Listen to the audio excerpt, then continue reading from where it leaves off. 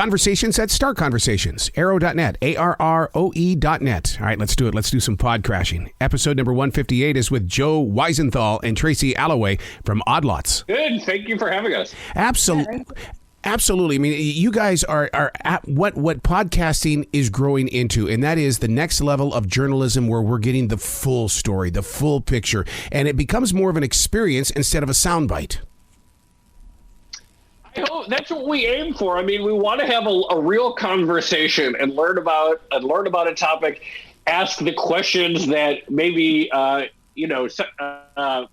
people might otherwise feel too stupid to ask. We want to have a sophisticated conversation, something that you come away from it and say, I learned something from that. Boy, that is the God's honest truth on that, because how many people really are listening to it in a way where they can learn something from it? I mean, one of the things that I found very interesting is that when you put the focus on the Asian market, yeah, sure, I hear it on the news all the time, but why is it so important, especially now? Look at what's happening in China. If those two nations get together, Russia and China, they say we're in trouble.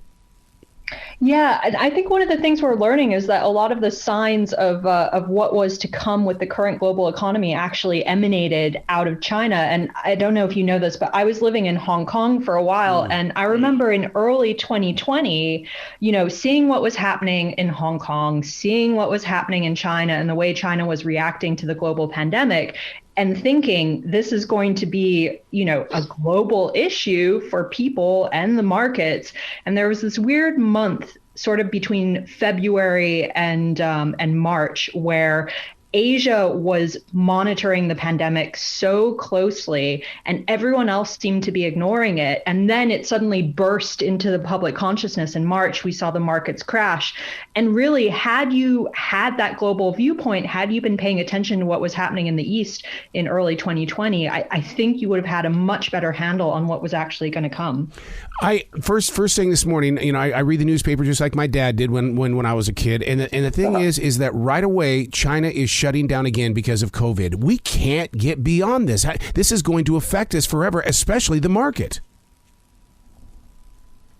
Well, I think we're still recovering from the disruption that we've seen from the pandemic. Hong Kong is definitely still struggling with COVID cases. China is still shut for all intents and purposes, and it doesn't seem to actually be that interested in leaving its COVID zero policies. In many ways, they actually suit China quite well.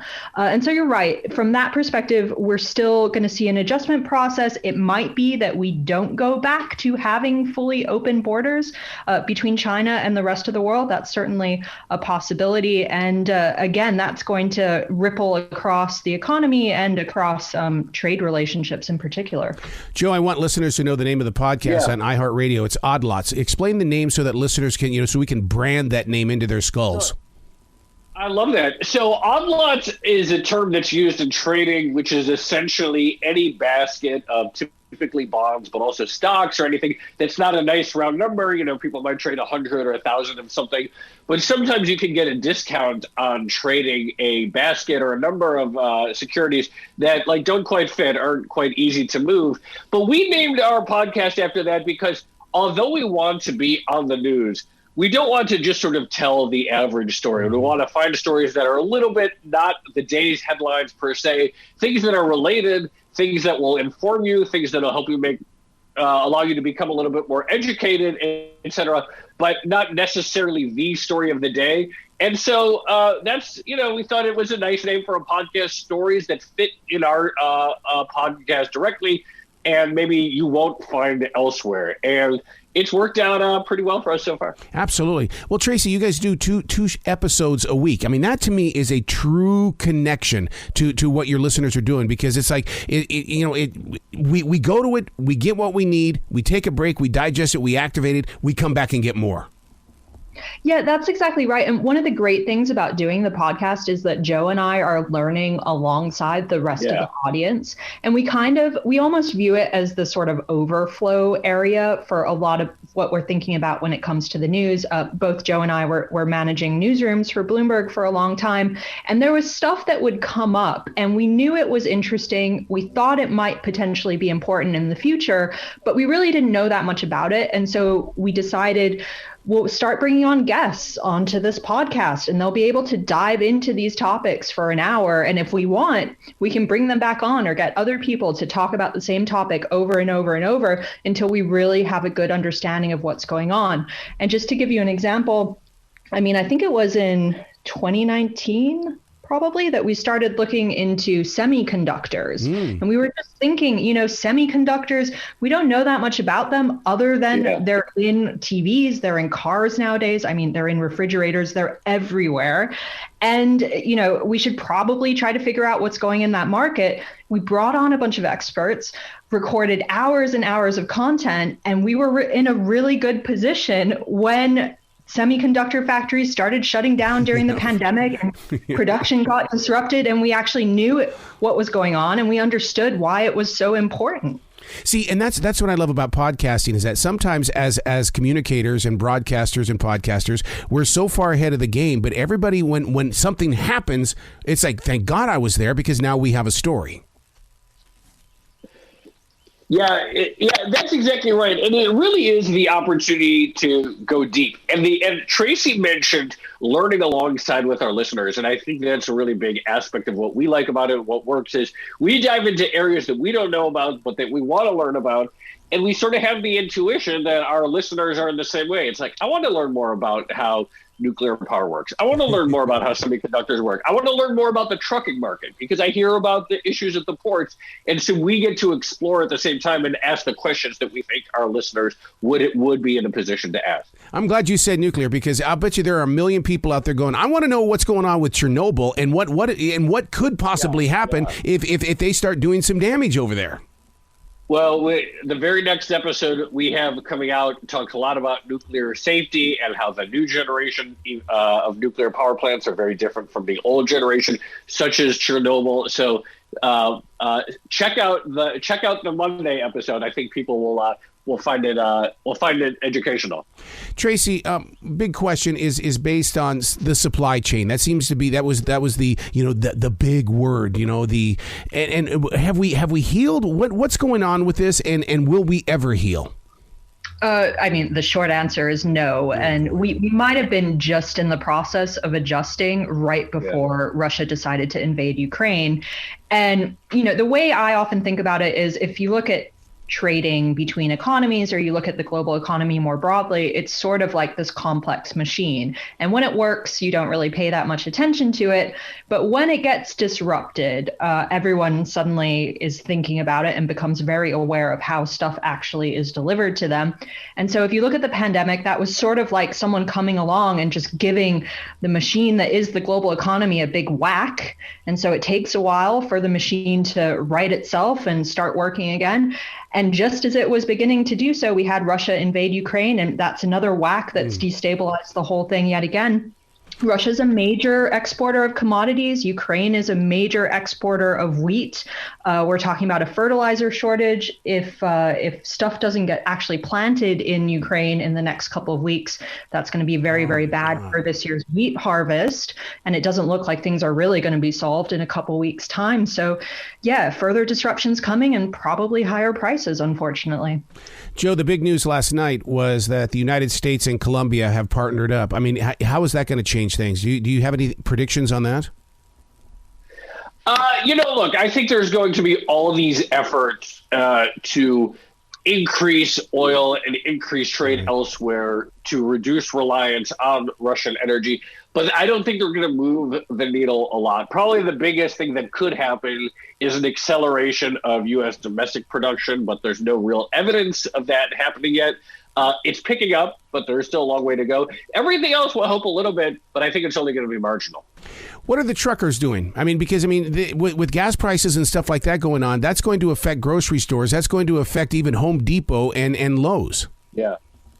Yeah, I think one of the things that we've realized over the past couple of years is just how interconnected everything actually is. So, if a semiconductor factory has a disruption, that impacts car production. It makes car prices much higher.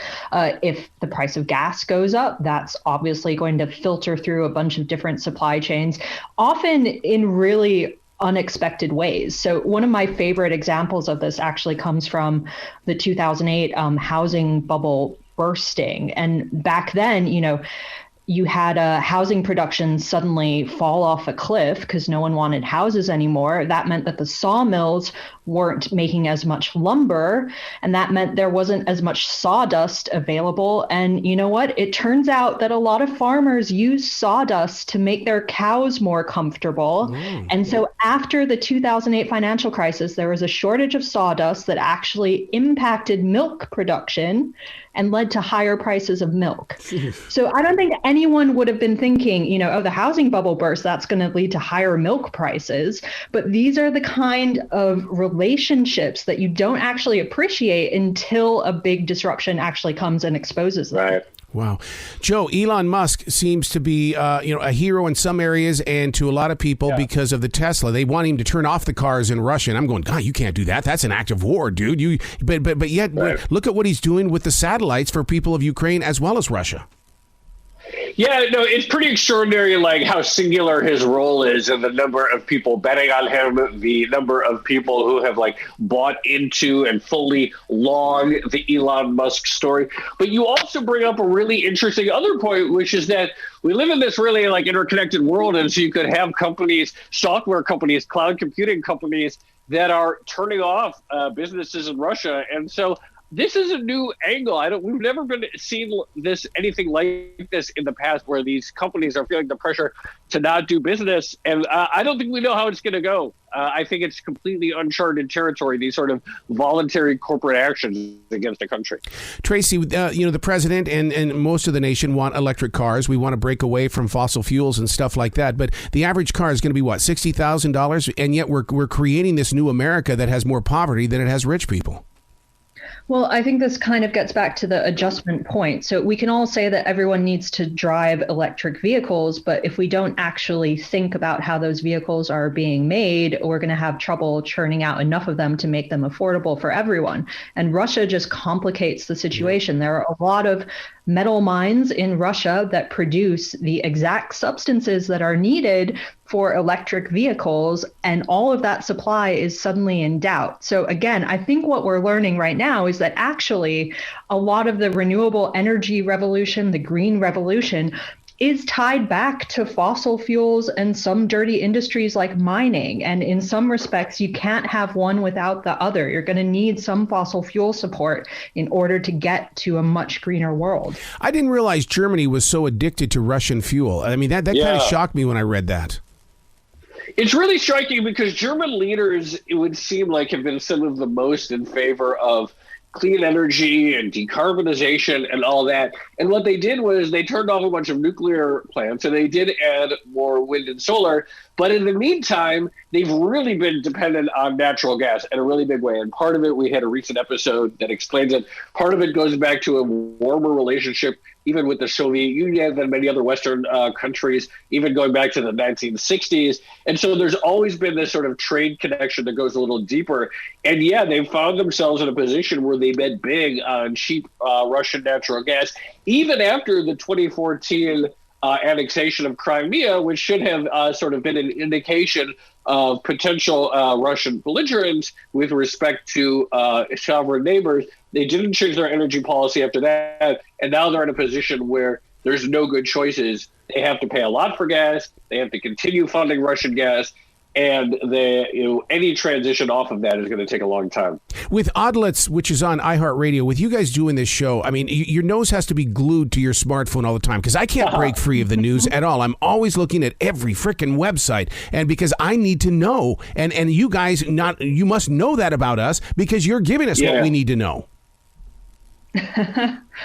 We definitely try to look at alternative sources of information. So Joe and I both spend probably far too much time on Twitter and other platforms. I look at Reddit quite a lot. And I really think it is important to try to figure out what people are talking about in the moment and try to figure out how best to deliver them more information on that topic. And some of our most successful episodes have come from, suggestions, people going hey, why don't you take a look at, semiconductors is a good example. People right now are asking for a lot more information on batteries for electric vehicles. So I think we're going to be recording a bunch of episodes on that soon as well. One of the things that listeners don't realize is that the history of podcasting actually began with bloggers who just wanted to have their voices heard. How have you guys changed, in the world of journalism? Because all of a sudden your writing voice is physically being heard on Oddlets. That's exactly right. Like both Tracy and I were bloggers from the very beginning, like very old school. But I think the common thread is just sort of this curiosity, this sort of ability to be very flexible with formats and to want to find other voices. And so, a lot of blogging was just, here's something interesting. Here's something linking to something that someone else said that we found interesting. And I think podcasting is similar. It's like, let's just find an interesting voice and get them on. Mm-hmm. And so whatever the topic is, the one thing we look for is always like, who is someone who has something to say? Who really knows their craft? And who is something that who's someone smart that we want to hear from? And blogging, like podcasting, allows you to just put the spotlight on someone and hear them. You're so true about that, because you sit there in preparing for it and going out and getting the conversations and stuff. You're going, okay, who? But here's the funny thing, and I know you guys have been doing this a long time now. In the way of, don't you love it though when a podcast you did a couple of years ago becomes the top thing you're listening to today, and it's like, what the heck gives here? Where were you back then? Oh, we love it so much. And we've had that happen on a number of occasions. And I think a lot of the episodes that we're recording right now on things like battery capacity, on nuclear energy, that's coming out on Monday, I think people are going to be talking about these issues for years to come. And certainly the supply chain episodes that we did in early 2020 and late 2019, when we were just starting to see the disruptions rippling through the global economy, those are things that I think you can still go back to and listen to that are still highly relevant. And, one of the great things, I think we said this already, but one of the great things is we are really learning along with the listener. And that means the more we talk about these topics, the more iterative the whole thing becomes, the deeper we can go into these various subjects.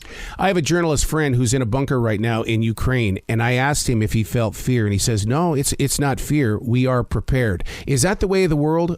As we're going to grow forward, is that, let's just expect preparedness? I do think that is something that is going to change over time. And, you look at even going prior to the invasion, the last 2 years have really revealed the degree to which many countries lack basic self-sufficiency. We're never going to achieve full self-sufficiency because global trade is important and different countries will specialize and different countries have different resources. But I think there's going to be a lot more investment in stockpiles of basic goods. We saw it in the beginning of COVID when countries found themselves short of PPE. And we see this now with countries short on energy and oil. And so I do think that preparation, buffer stocks, domestic investment will be a bigger policy priority for countries all around the world going forward. And multiple news things or multiple events over the last couple of years explain why. I mean, Joe Biden's taking a hit. I mean, is it just in the wrong place at the wrong time? I mean, I don't understand. I would quit that job. I mean, definitely a tough job. I would say he was unlucky coming into office right when the pandemic was sort of about to kick off. What I would say is we have seen him focus on these issues. So he has identified supply chains as an issue of importance. He has announced an investment plan for infrastructure. A lot of what governments around the world, and this isn't exclusively a U.S. problem, a lot of what governments around the world are trying to fix right now is really years of underinvestment. We didn't realize how bad things had gotten until the entire system was strained by the pandemic, by COVID. Now it's going to be strained by Russia, Ukraine, and there are going to be new fragilities that start to emerge, probably in areas like food security. That would be the obvious one, and things like gas. We've already seen the announcement that they're going to release some of the strategic petroleum reserve. And I think there's just going to be more focus on that going forward. What I love about Oddlets is the fact that you guys are not clickbait, and listeners need to understand that, that you guys are sharing real, authentic stories, because you know how so many of these news agencies are. Clickbait is their way of making money with advertisers. Yeah, I do think there is a lot of that. And I think, look, we want to have conversations, and you touched on this a little bit earlier, that can last for a really long time. And that, even in 2 years, people refer back to because they learned something. And so I think like that is one of our goals, is that, yes, we want to be on the news and we want to be relevant, but we also want to create something that is like I said, you learn something from it. You like get up to speed on an industry. And so even now, like, you know, let's say we have a conversation about how commodity markets work or how nuclear works or how trucking works. Hopefully in 2 years, someone can refer back to that and say, like, this is a good place to start for someone's journey on getting up to speed on the new industry. So one of the things, I'm blessed with the opportunity to talk to universities about podcasting. And one of the things that I always share with them is that don't go looking for the team. Let the team come together. And because Joe and Tracy live two completely different lives. But how the heck are you guys doing a podcast together? Because, I mean, you know what I mean? You're two completely different people. Yeah. I mean, I think we work really well together. You know, both of us are probably unafraid to ask dumb questions, and we also have for whatever reason. And we also have different interests. So, you know, Joe will take an inordinate interest in one thing and I'll take an inordinate interest in another thing, and we'll come out on the other side, both appreciating each other's perspectives. We were working from long distances for a long time. I was in Hong Kong and Joe was in New York. And that certainly made production challenging from a time zone perspective. But the great thing about it was we really got a global viewpoint of what was happening at important times. So at the start of the pandemic, I'm very thrilled to be back in New York now. I just moved back a few weeks ago, and that's going to make everything much easier in terms of ramping up episodes. But I'm hoping that we're going to be able to maintain that global perspective. Absolutely. You guys have got to come back to this show anytime in the future. The door is always going to be open for you. We'd love it. Thanks. Yeah, it was really fun. Excellent. We'll be back. Well, you be brilliant today, you two.